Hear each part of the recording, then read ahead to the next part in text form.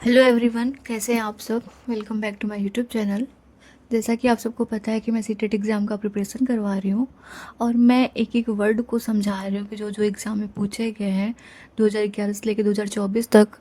मतलब ऐसे वर्ड्स जो 20 से 25 बार तो लगभग पूछे ही गए हैं, जैसे स्कैप फोल्डिंग हो गया, आपका जेडपीडी हो गया, ऐसे रिलेटेड बहुत सारे वर्ड हैं। अधिगम हो गया, लर्निंग जिसको कहते हैं।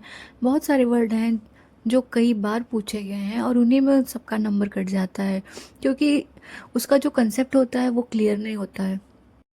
छोटे छोटे वर्ड्स होते हैं जो हमें फंसा देते हैं, लेकिन अगर हमारी प्रिपरेशन अच्छी हो, अगर हमें वर्ड क्लियर हो, जैसे हर वर्ड का अपना एक मीन होता है सीटेड में, जैसे पॉजिटिव और नेगेटिव। कुछ वर्ड्स पॉजिटिव होते हैं, कुछ वर्ड्स नेगेटिव होते हैं। वो होते नहीं है, हमें ऐसा बनाना पड़ता है। तो अगर आपको क्लियर है तो फिर आप आराम से अपना सीटेड क्लियर कर पाएंगे। जैसे कि आज का मैंने वर्ड लिया है अधिगम। अगर किताबी भाषा में कहें, मतलब साइकोलॉजिकल वाले भाषा में कहें तो अधिगम। अगर हिंदी के सरल शब्दों में कहें तो सीखना, और इंग्लिश में कहें तो लर्निंग। अगर किताबी भाषा में इसकी परिभाषा देखें तो जैसे कि लिखा है, अधिगम वह प्रक्रिया है जिसमें अभ्यास एवं अनुभव के द्वारा व्यवहार में अपेक्षाकृत स्थायी परिवर्तन होता है।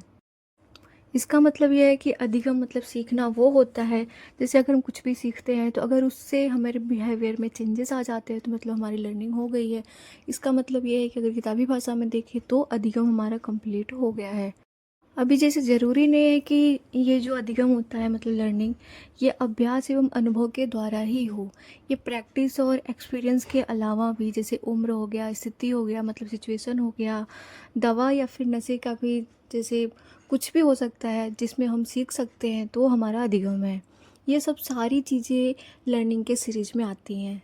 अगर हम प्रीवियस ईयर के क्वेश्चन को उठा के देखें तो कई बार पूछा गया है अधिगम होता क्या है, या फिर लर्निंग क्या होता है, अधिगम का मतलब क्या होता है, अधिगम का आशय क्या है। मतलब क्वेश्चन घुमा फिरा के पूछे जाते हैं।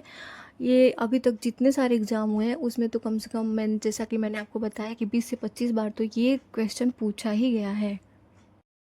बहुत सारे ऐसे पॉइंट हैं जो अधिगम को प्रभावित करते हैं, जैसे कि सीखने की गति क्या है, सीखने की मात्रा क्या है और सीखने की गुणवत्ता क्या हो। मतलब वो किस स्पीड से सीख रहा है, कितनी मात्रा में सीख रहा है एक बार में, और उसकी क्वालिटी क्या है सीखने की। मतलब जो जो चीज़ें हम सिखा रहे हैं वो तुरंत सीख पा रहा है या नहीं पा रहा है, वो किस स्पीड से सीख रहा है। ये सब चीज़ें हैं जो कि लर्निंग को प्रभावित करती हैं। अधिगम का मतलब ये है, मतलब लर्निंग का मतलब यही है कि अगर हम प्रैक्टिस किसी भी चीज़ को अगर सीख रहे हैं तो अगर उसकी हम कंटिन्यू प्रैक्टिस कर रहे हैं, प्रैक्टिस करेंगे तो उसका हमें एक्सपीरियंस होता रहेगा। तो वही प्रैक्टिस और एक्सपीरियंस से जो भी हमारे बिहेवियर में चेंजेस आते हैं, मतलब अगर बिहेवियर में चेंज आ गया तो हम लर्निंग कर लिए, मतलब अधिगम हमें आ गया। अब आइए बात करते हैं कि कुछ ऐसे पॉइंट्स होते हैं जो मतलब स्टूडेंट को अफेक्ट करते हैं लर्निंग के बारे में। तो जिसका पहला पॉइंट है शैक्षिक पृष्ठभूमि। शैक्षिक पृष्ठभूमि का मतलब है कि उसका एजुकेशनल फील्ड कैसा है, वो अपनी एजुकेशनल फील्ड में किस प्रकार से सीख रहा है, किस प्रकार से उसकी लर्निंग हो रही है। एजुकेशनल फील्ड उसका कहीं पे भी हो सकता है, घर भी हो सकता है, परिवार भी हो सकता है, समाज भी हो सकता है, स्कूल भी हो सकता है। मतलब उसकी शैक्षिक पृष्ठभूमि कैसी है वो भी लर्निंग को प्रभावित करेगी। फिर दूसरा बात करते हैं कि रुचि, मतलब इंटरेस्ट का। जैसे स्टूडेंट का इंटरेस्ट जिस फील्ड में हो वहाँ पे वो अच्छी लर्निंग कर सकेगा, जहाँ पे उसका इंटरेस्ट ज़्यादा हो, जिस चीज़ को उसको सीखने में मज़ा आता हो, जहाँ पे वो मतलब उसको सीखना ही चाहता हो, तो वहाँ पे उसकी लर्निंग बेटर होगी। फिर आइए नेक्स्ट पॉइंट की बात करते हैं आईक्यू की। मतलब स्टूडेंट का आईक्यू कितना तेज है, कितना स्लो है, मतलब कैसा है उसका आईक्यू, उस हिसाब से भी उसकी लर्निंग होती है। जैसे उसका आईक्यू तेज है, मतलब प्रतिभाशाली अगर बालक है या फिर सृजनात्मक बालक है, तो उसका आईक्यू वहाँ लेवल का है, मतलब अपर लेवल का है, तो वो अच्छी अच्छी चीज़ों को और हमेशा नई चीज़ों को सीखने में ज़्यादा उसका ध्यान रहेगा। प्रतिभाशाली बालकों के अंदर जिज्ञासा बहुत होता है, एक्साइटमेंट बहुत होता है अच्छी अच्छी चीज़ों को सीखने का, नई चीज़ों को सीखने का, हमेशा मतलब सॉल्यूशन ढूंढते रहने का। तो वहाँ पे उसकी आईक्यू ज़्यादा होगी तो उस हिसाब से लर्निंग होगी। वहीं बात करते हैं अगर मंद बुद्धि वाले बालकों की, तो वहाँ पे उसको नहीं वहाँ पे समझ में आएगा। जहाँ पे प्रतिभाशाली वाले बालक अच्छे से सीख रहे हैं, वहीं पे मंद बुद्धि वाले बालक हमेशा पीछे ही रह जाते हैं। तो आईक्यू भी प्रभावित करती है स्टूडेंट को।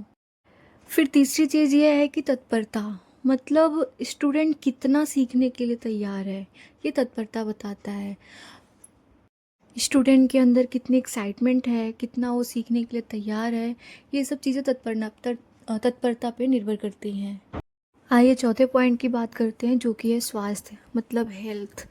ये शारीरिक भी हो सकता है, मानसिक भी होता है। शारीरिक हेल्थ में जैसे कि कोई बच्चा डिसेबल तो नहीं है, जैसे न्यून दृष्टि वाला हो, या फिर कान से सुन नहीं सकता हो, आंखों से देख नहीं सकता हो, चल नहीं सकता हो, लिख नहीं सकता हो, या फिर बहुत सारे ऐसे होते हैं जो लर्निंग से रिलेटेड होते हैं, जैसे डिस्कैलकुलिया हो गया, डिस्ग्राफिया हो गया, ये सब चीज़ें हो गई। तो फिर ये सब शारीरिक में भी प्रभावित करती हैं।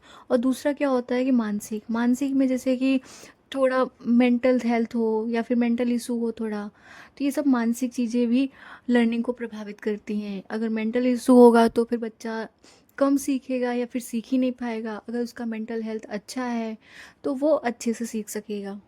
अगले पॉइंट की बात करते हैं, तो अगला पॉइंट है परिपक्वता, यानी मैच्योरिटी। बच्चा कितना मैच्योर है या फिर मैच्योर नहीं है, वो भी लर्निंग को प्रभावित करता है। नेक्स्ट पॉइंट ये है कि अध्ययन के प्रति अभिवृत्ति, मतलब स्टूडेंट का सीखने के लिए एजुकेशन में उसकी क्या रुचि है, वो सीखना चाहता है कि नहीं चाहता है, ये भी लर्निंग को प्रभावित करती हैं। अधिगम के लिए बात करते हैं और भी सारी चीज़ों की, तो फिर जैसे कि आर्थिक स्थिति हो गई घर की, या फिर सामाजिक स्थिति हो गई, या फिर माता पिता की उम्र, ये सब बच्चे के अधिगम को प्रभावित नहीं करती। मतलब आपका घर बार कैसा है वो भी नहीं प्रभावित करता, समाज कैसा है वो भी नहीं। अगर बच्चा सीखना चाहता है तो वो किसी भी समाज में रहकर, किसी भी माहौल में रहकर, किसी भी कंडीशन में रहकर वो सीख सकता है। सीखने में ये सब चीज़ें प्रभावित नहीं करती। अगर कोई भी छात्र अगर सीखना चाहता है, तो अगर उसके सीखने के लिए अच्छी अच्छी चीज़ें, मतलब उसके हिसाब से चीज़ों को प्रोवाइड किया जाए, तो उसके सीखने की गति, मात्रा और उसकी गुणवत्ता, जैसे कि मैंने आपको पहले ही बताया था, उसकी अच्छी होगी। तो फिर मिलते हैं नेक्स्ट वीडियो में कुछ अच्छे नए वर्ड्स के साथ, जो एग्ज़ाम में बार बार पूछे गए हैं। जैसा कि मैंने आपको बताया कि मैं सीटेट 2011 से लेकर 2024 तक का मैं प्रिपरेशन करवा रही हूँ। तो जितने भी वर्ड्स आए हैं, जो मैक्सिमम बार आए हैं, जो लोगों को सीखने में कठिनाई होती है, वो उनका मतलब नहीं समझ में आता है, मैं ईजी वे में समझाने का ट्राई करूँगी। मिलते हैं नेक्स्ट वीडियो में, तब तक के लिए बाय, थैंक यू।